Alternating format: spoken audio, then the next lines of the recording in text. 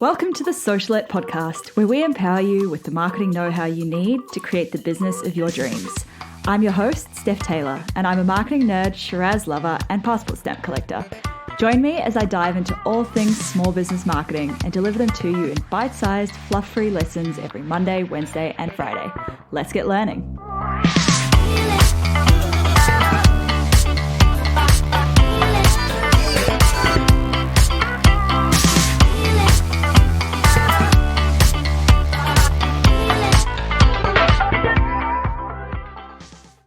Hey, welcome to episode 18 of Socialette. What the heck do I send to my email list? Last week, we looked at how to build your email list using a free opt-in or a lead magnet. But once they're on your list, what the heck do you actually send them? So many small business owners build their email list, but forget the most important aspect to email marketing, which is actually emailing your list.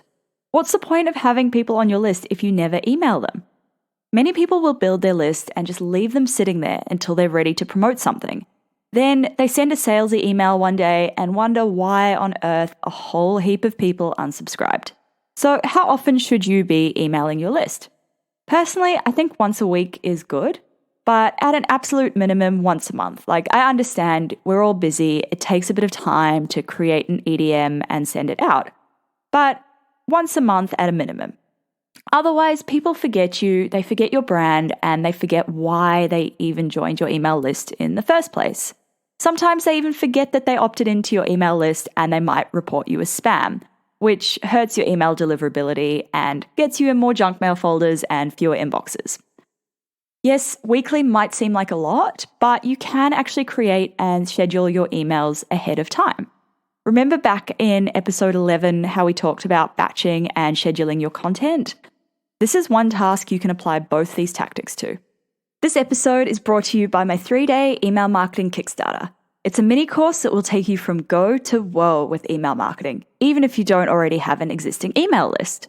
We'll look at the logistics of actually creating your opt-in so you can get people to sign up to your list, how to set up your landing page, and how the heck to automate it all within MailChimp. Head to stephtaylor.co/email to find out more.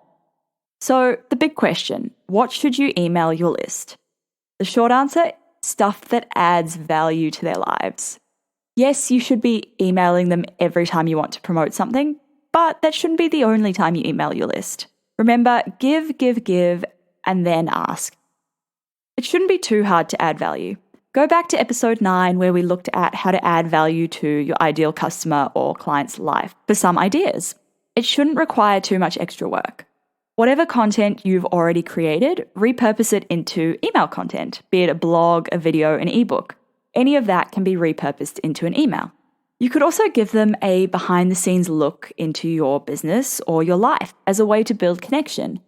Or you could ask them a question. For example, an email asking them what they most need help with right now. That could yield some pretty interesting insights for you. You can then use these insights to create content or products that solves your ideal customer's problems perfectly. A little word on subject lines. Your open rate is the percentage of people on your list who opened your email. And an open rate of 20% or above is generally considered good. Though if your list is smaller, you'll likely get a higher open rate. But the one thing that can really influence your open rate is your subject line. Your subject line needs to entice the recipient to open. In a crowded inbox, this is far easier said than done. Try to create some intrigue with your subject line, or just straight up tell them what's in it for them if they open up the email. I've found that using a personalization tag, like their first name, in the subject line works really well for open rates too. The specifics of using a personalization tag will depend on which email marketing tool you're using, so just look in the support section for that. Okay, Steph, but someone just unsubscribed. What am I doing wrong? You're not doing anything wrong. It's totally normal for people to unsubscribe from your email list. In fact, according to MailChimp, the average unsubscribe rate across all industries is around 0.3%. This means that if you have 1,000 people on your email list, around 3 people will unsubscribe each time you send a campaign. This does vary by industry, so check out the MailChimp blog for your industry's benchmarks. Yes, I know it's hard not to take it personally, but if someone unsubscribes, chances are they were never going to buy from you anyway, so don't stress about it. Right, That's all for now on email marketing.